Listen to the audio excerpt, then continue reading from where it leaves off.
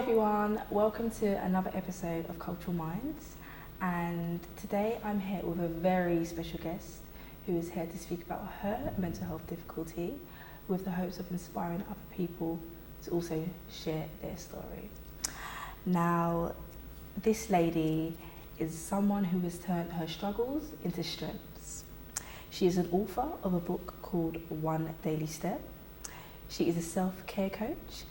And not only that, she is an advocate for mental health and childhood domestic violence.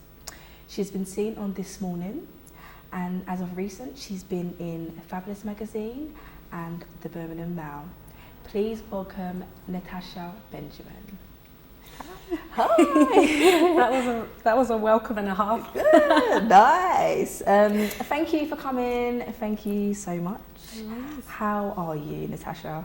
I'm really good. I'm a little bit tired because it's been a bit of a crazy week because it's just been a whole week of media stuff. Mm-hmm. Some of it unexpected because I knew I was going to be in a Birmingham Mail, but what I didn't know was that I was going to be on the front page.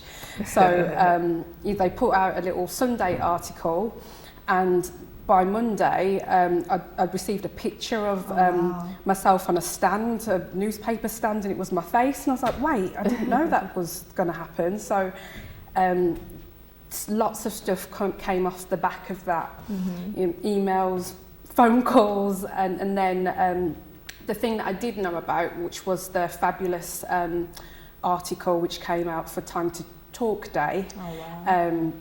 That came out, and so we were doing a lot of press and events around that with Time to Change. So it's been a bit of a whirlwind, if I'm honest. Oh, wow. Yeah. You're very vocal in relation to your mental health difficulty, and you've been doing so much. You know, you've been supporting so many people and doing so many things. So let's talk about that. What are some of the things that you do for those who are not aware? So I run a not-for-profit service called Free Your Mind for children affected by domestic violence and trauma. Mm-hmm. I'm a Reiki healer. Don't know if I've ever spoken about that in the press or anything before. Mm-hmm. There's something else that I'm missing. Oh yeah, we just opened a holistic therapy service in my borough in South Woodford called Breathing Space for young people, or anybody actually that's experienced mental health problems, trauma, to come and get support, Reiki, meditation. We do a lot of work to do with the parasympathetic system. Oh, wow. Which I think is really important to support healing in the healing of trauma and mental health, which is something that doesn't get spoken about enough. So, yeah, that's what I'm all about. And amazing. Yeah, it sounds amazing. Very busy, but it sounds really amazing. With mental health difficulties, people have a misconception that you need to look a certain way or behave a certain way. Now, with you being here today, we're going to help let people know that you don't have to look a certain way or you don't have to behave a certain way to have a mental health difficulty. Having said that, do you think that attitudes have changed towards mental health difficulties? Yes, I do. I think that we're a lot more open now. Speaking about it isn't so taboo. I do think one of the things that you touched upon is the way you look. I think that people still have that idea that you've got to look very dishevelled and, you know, run down if you're having mental health problems, which is not the case. You know, someone like me is quite high functioning despite their mental health problems, you know, who will appear fine. You know, for example, after all that media stuff, I said to my friend, I'm feeling a bit of a dip because I'm so tired. I said, I'm absolutely happy and fine, but I'm feeling a bit of a dip because it's so exhausting to be everywhere. And so it's just things like that is important to take on and think about, because not all, you know, everything isn't what it seems, and especially because we have social media now where the appearances, what I call our highlight reels, because that's where we put where everything is good. People put, you know, rarely put when they're struggling on there, and so people go on there and just think, wow, look at all this, you know, perfection, people's great lives, you know, even, you know, I do it, all my favourite moments are on there, lesser than my, you know, worst moments. So I think it's a hard one really now because of that. Yeah, definitely. And mental health can start at any age, you know, across the lifespan. With saying that then, do you think that schools are doing enough to help children understand mental health difficulties? I think they're trying their best. I think there's a lot of pressure on teachers, if I'm honest. I work in schools a lot and they have to think about everything. You know, they're thinking, I've got to teach, I've got to keep everybody, you know, under control, you know, got to make sure they're learning. And then I also have to remember their mental health. You know, it's a lot. So I think they try their best. I don't think they have enough support. You know, for example, I came across a really horrible video of a young girl being attacked by fellow classmates, and that was out of the teacher's control. They didn't know that was going to happen yet. I was pretty disgusted by what I saw, if I'm honest, and I actually called the school. You know, I'm an advocate for young people, so I called the school and I said, what are you going to do about that? And they said, you know, we're going to do this. We've got all these measures in place. And, you know, it was great to hear. But when I sat back, I thought to myself, they did not know that was going to happen. You know, some of these things are outside of their control. They're not equipped for it. It's really hard. So all I think we can do is work together. You know, schools work with the parents, parents work with the school. You know, we all have to try and look out for each other in that way, because as society is just becoming, it's just really strange. We're just becoming less and less caring about each other because we can see everybody seems fine. Because of things like social media, whereas before I think we were more inclined to check on one another because we just didn't see each other enough.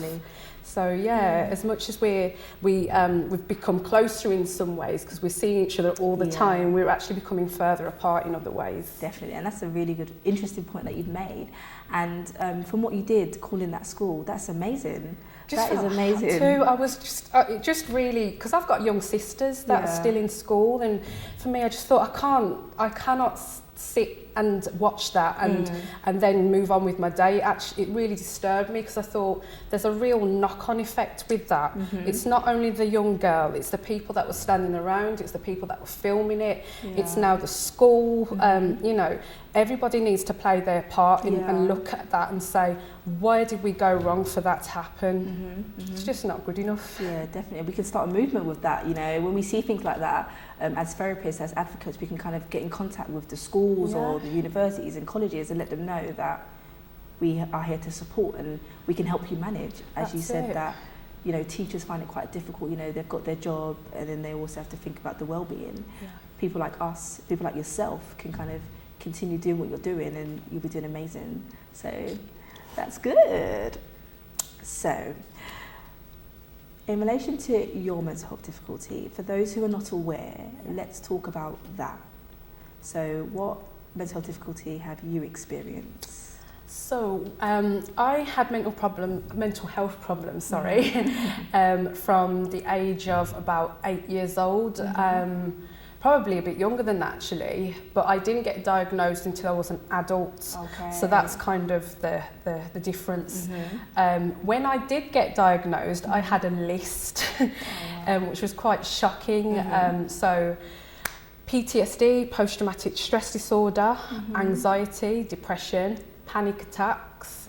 I feel like I'm an eating disorder. I think that was all of it. So it was quite a shock to hear all that back. But at the same time, because I didn't know what mental health was, at that time, my only idea of what mental health was the stereotypical horrible image that of you know, the person you see in the street that's acting a little bit you know, off or whatever you want to call it. That's what it was, not me, you know. And so I had no idea what mental health was. But I was actually relieved when I got diagnosed because I thought, oh, finally there's an answer for why I'm feeling like this, and also acting a certain way as well. So yeah, it was quite helpful in a strange way. Yeah. So in saying that, you were able to put a name on how you were feeling. Yeah. You know, you mentioned that from a child you were experiencing this, you never kind of knew until you were an adult that you were experiencing such difficult things. Yeah. So that must have been a kind of sense of relief for yourself when you were able to kind of understand, okay, I'm experiencing this, I'm experiencing that. Yeah, it was because, you know, I always say the irony of my life is the fact that my dad has worked in mental health since I was a child and didn't notice a thing. I mean, he doesn't live with me and I didn't grow up with him, but he saw me sometimes, you know, but he didn't pick up on it, and he's, you know, he sees, you know, from the whole kind of lower, you know, low anxiety to the forensic type of mental health problems, the severest, you know, didn't spot it in his own child. So yeah, it was good to finally get answers and a kind of road to where I can go next. Yeah. Okay. And in relation to your difficulty then, what were some of the symptoms that you were experiencing? So because I had a bit of a catalogue, this might take me a little while, but anxiety, so I was a massive overthinker, worrier, catastrophizer, very dramatic. There was always a drama in my life. It's funny now because when I have a problem, I'm very much, I can, you know, figure it out by myself, but when I had a problem back then, everyone would know about it. I'd, you know, call everyone, I'd text everyone. Everyone would know what my problem was. So that was like the catastrophe, you know, drama side of it. And then with the eating disorder, I was actually very overweight. So it wasn't the typical eating disorder you see. You know, it wasn't anorexia or bulimia. It was overeating. That was how I would self-comfort. Anything goes wrong, I'm going to feed myself with food to make me feel better. So yeah, those were some of my symptoms. Also, you know, with the anxiety and panic attacks, it was the trembling. My first panic attack I thought was a heart attack. Oh wow. Yeah, so it's been quite I guess a jumble sale of of symptoms, but we got there in the end. And now you're doing a lot of stuff. You're very confident, you're very bubbly. How has this impacted your lifestyle? I mean, these days I can manage my mental health quite well. I feel like I'm quite in tune with myself. You know, I said to you when I said to my friend, I can feel myself dipping. I didn't have that self-awareness before, so I'd just dip and hit a low, and then I'd be there and just be like, okay, so how do I get out of here? You know, that would result in tears and all the rest of it. But these days I catch myself before I'm there. So, you know, I'll have a bath, I will, you know, just chill out, I'll meditate, I'll do some Reiki on myself. You know, I just ask myself what it is I need, because it can be different, you know, on different days, and I just make sure I try and give myself at least one of those things to bring myself back into balance. Yeah, definitely. And a lot of things that people don't do, they don't talk to themselves, they don't, you know, they may sometimes lack self-care, lack self-awareness, and that's amazing that you're doing all these things, and, you know, it's been, I can imagine, helpful for your mental well-being. Yeah. So that's really good. Talk to me a bit about the Reiki. Oh, so I love my Reiki. That was a bit of a journey in itself, because even though I've been doing, you know, this work for a while, the trauma that I'd experienced was quite complex, and it took me a long time to figure that out. So that was part of my journey into Reiki, because to become a Reiki healer, you actually have to heal yourself. Oh wow. Yeah. Amazing. So that was a massive learning experience for me. And I remember when I first went for my level 1, you know, the teacher goes through all your chakras that you have in your system, and she said, oh, you've got a blocked heart. And I was so insulted. I was like, wait, I run a not-for-profit with kids, you know, I'm giving out love all day. And she was like, no, it's about your self-love. You know, do you love yourself? Do you allow people to love you? And I was like, I don't. And it was just like a massive revelation, because it's funny how self-love can be looked at, you know, it's a bit of a buzzword these days, and it's not about your appearance and how you know, look at yourself. It's about what's going on in here.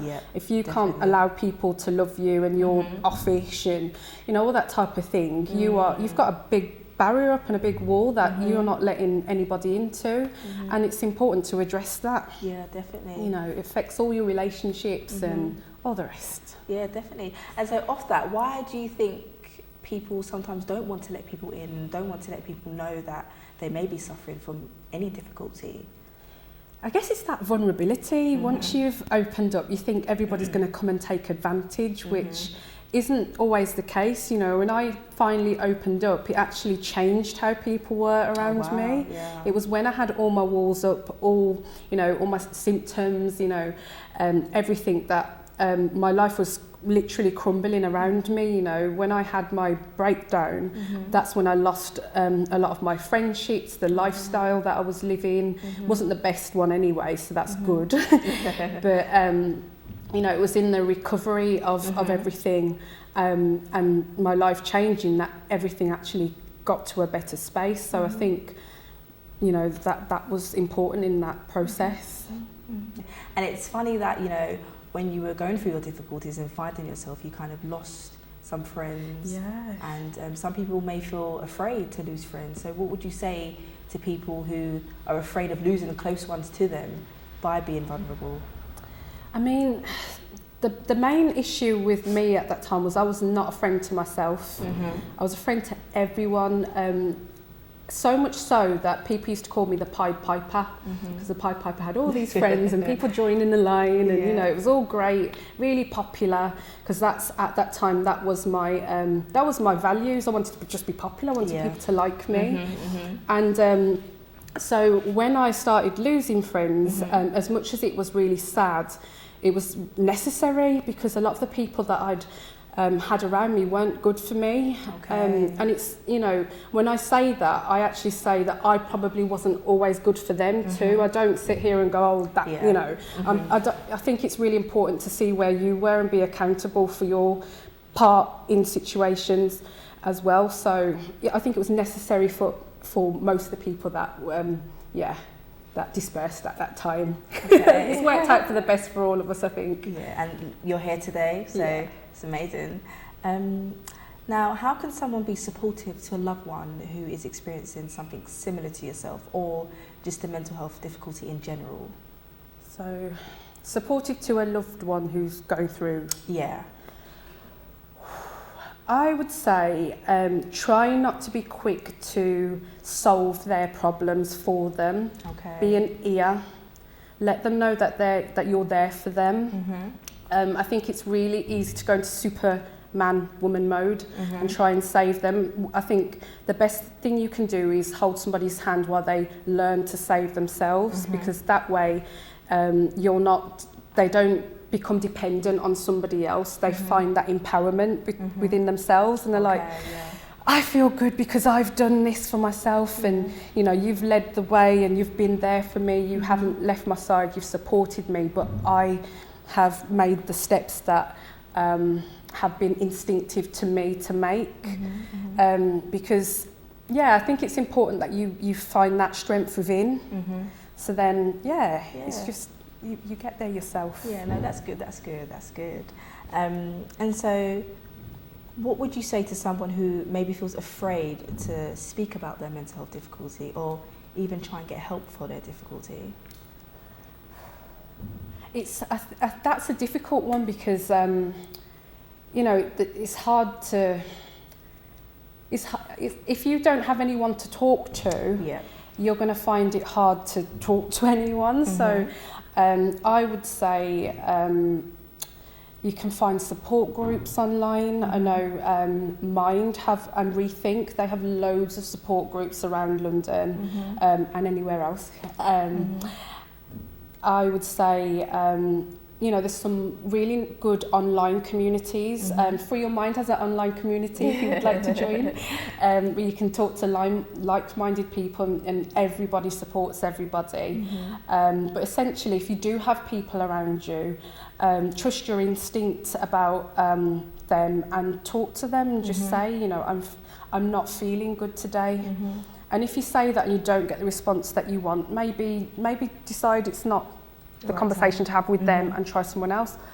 Also, you can go to your doctor, it's going to be confidential there, and just tell them your symptoms. I think that's really important, actually. Tell your doctor your symptoms so then they can understand and not just kind of throw some tablets at you. I think it's really important when you go to see a doctor that they listen to all the different things you might be feeling and going through, the different moods that you might be having. Tell them that, because it's easy to just go, you're depressed. I see it all the time, and your diagnosis is important, so then you get the help you need. Exactly. So if there's no one around you, go to your doctor. That's great. And so what would be some of your tips on how to look after your mental well-being? Any top tips you would give someone? Top tips. A good sleep.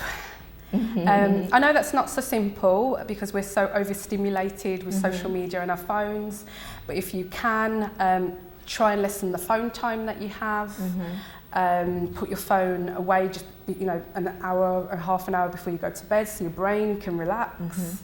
Know it's bedtime mode. Exercise, go for a walk. And when I say exercise, find the mode of exercise that's right for you. It doesn't have to be pumping weights in the gym, it can be Pilates, whatever. Reach out as well as reach in as well as reach out to people. So talk to people, reach out to a friend, do things that just make you feel better. I think that's important. So if you're doing something and it's not making you feel good, ask yourself why you're doing it and avoid those things. Just do things that make you feel good. Definitely. Those are great tips. Thank you.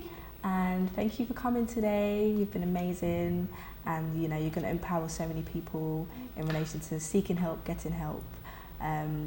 For those who are not aware, where can we find you? You can find me on Twitter, Natasha K Benjamin. They wouldn't let me have my full name. Instagram, Natasha K Benjamin. You can find me on Facebook with that same name. Free Your Mind and our breathing space. You can find all Free Your Mind social media under www.freeyourmindcic.com. I think that's pretty much everything. Great, thank you. Thank you. Thank you, that was good.